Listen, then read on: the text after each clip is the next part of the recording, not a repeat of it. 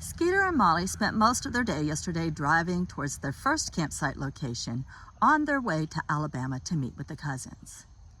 Even though it was late when they arrived, she decided to go ahead and pitch the tent so that they could stretch out and get a good night's sleep.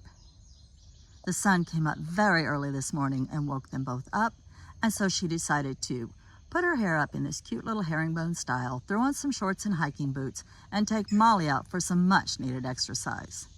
Along their walk, she had a chance to do some beautiful nature photography, and as soon as they got back to the tent, she made herself an energy drink and decided to sit down and journal in her beautiful nature journal gifted to her before she ever left by her friend Mystery Dawn. I think chocolate waffles sound good for her first breakfast. What do you think? Let's get started.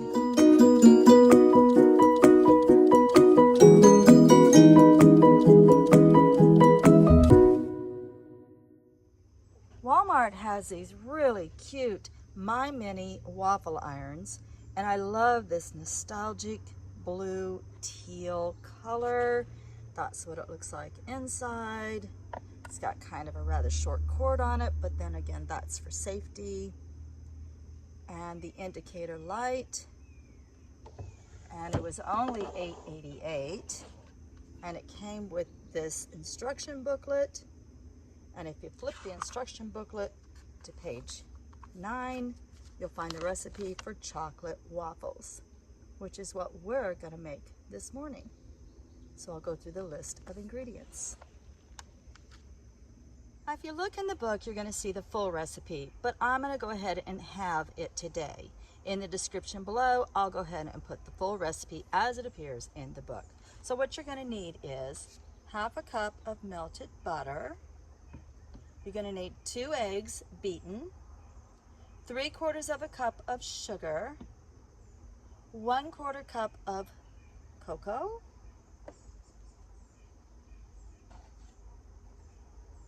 1 cup of flour. I know, it's pretty old-fashioned, isn't it? 1/2 teaspoon of vanilla, 1/2 teaspoon of salt, and 1/4 cup of water. All right, we're gonna mix our wet ingredients first, and then we'll add the dry, and remember, your batter will be lumpy.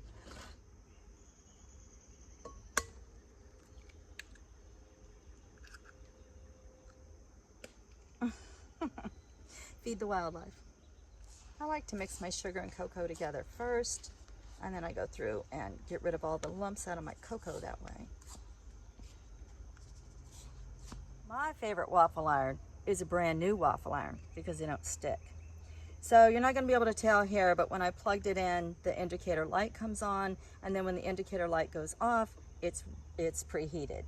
And that's when I actually will spray it. I never spray my waffle irons when they're cold. In the meanwhile, I'm going to go ahead and start the bacon and the coffee. All right, just a little squirt.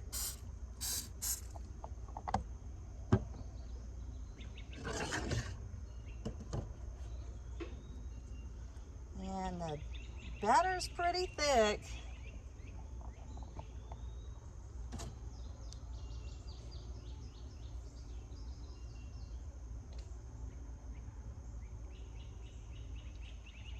It doesn't run like a normal pancake batter would.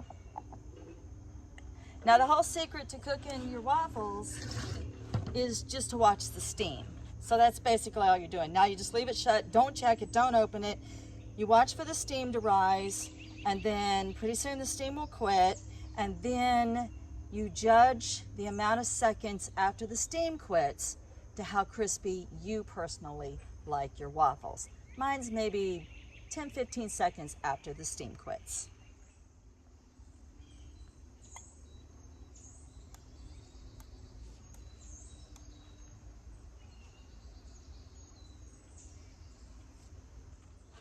I'm sorry, I was cheating with a piece of bacon. Okay, it stopped steaming. Oh, how cute. Oh, what a cute little waffle. I'm going to close it so I can start reheating again. And then you'll want to respray it each time, just a little dab. In the meanwhile, we're going to slice our banana while we wait for that second one. Oh, the banana's running away. I guess I better eat one. Make less on my plate. No, I'm not hungry. Oh, that smells good cooking. Bacon and chocolate waffles. What? There you go. Can't forget the wildlife. Boop. Boop. One thing I will say is don't overfill your waffle iron because you don't want that seeping out on the sides, and try to keep your batter kind of in the middle.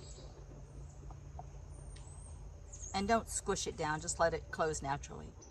All right, in the meanwhile, I'm gonna go ahead and make myself some fresh squeezed orange juice. This is a little bit noisy.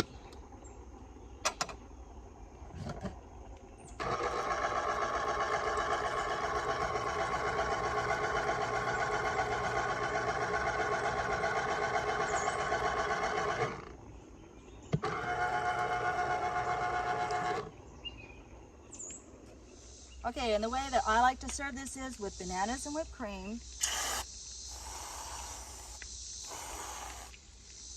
And a little bit of pecans. Oops, a little bit of pecans.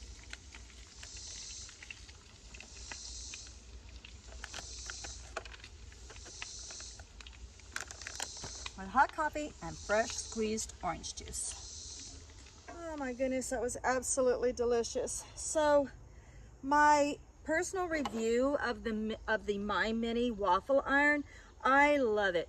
I love a small waffle. I can't eat like a big waffle at one sitting. So I love the mini waffles. I just absolutely love them. I think that you can get this waffle iron that size with like little heart shapes and things like that. Wouldn't that be fun to have your dream weaver wake you up with a plate full of heart-shaped waffles for breakfast? And my, I just like the waffle iron altogether. I think it's really nifty and it's small. It fits into my tote for camping very, very easily. You can also just use pancake mix, waffle mix. For waffles, you change it up. I think you add egg and oil to your regular pancake mix for waffles. And then you'll get your nice fluffy waffles. My opinion of the chocolate waffle was that they were absolutely delicious, but they are a warning though, they are much heavier than the waffles you're normally used to. So if you normally eat 2 or 3 waffles, you're going to want to cut that in half for the chocolate waffles because they're much more dense, heavier waffle, but they're delicious. The whipped cream and banana and pecans were an absolute hit on top of the waffles, and then the bacon and the coffee cooked outdoors, all of that, and the fresh squeezed orange juice, absolutely fabulous. So Molly wasn't able to eat any of the waffles, of course, because it has chocolate. Also, I don't toss out any chocolate food to wildlife, just because you just don't know, and I don't want to upset them and cause problems.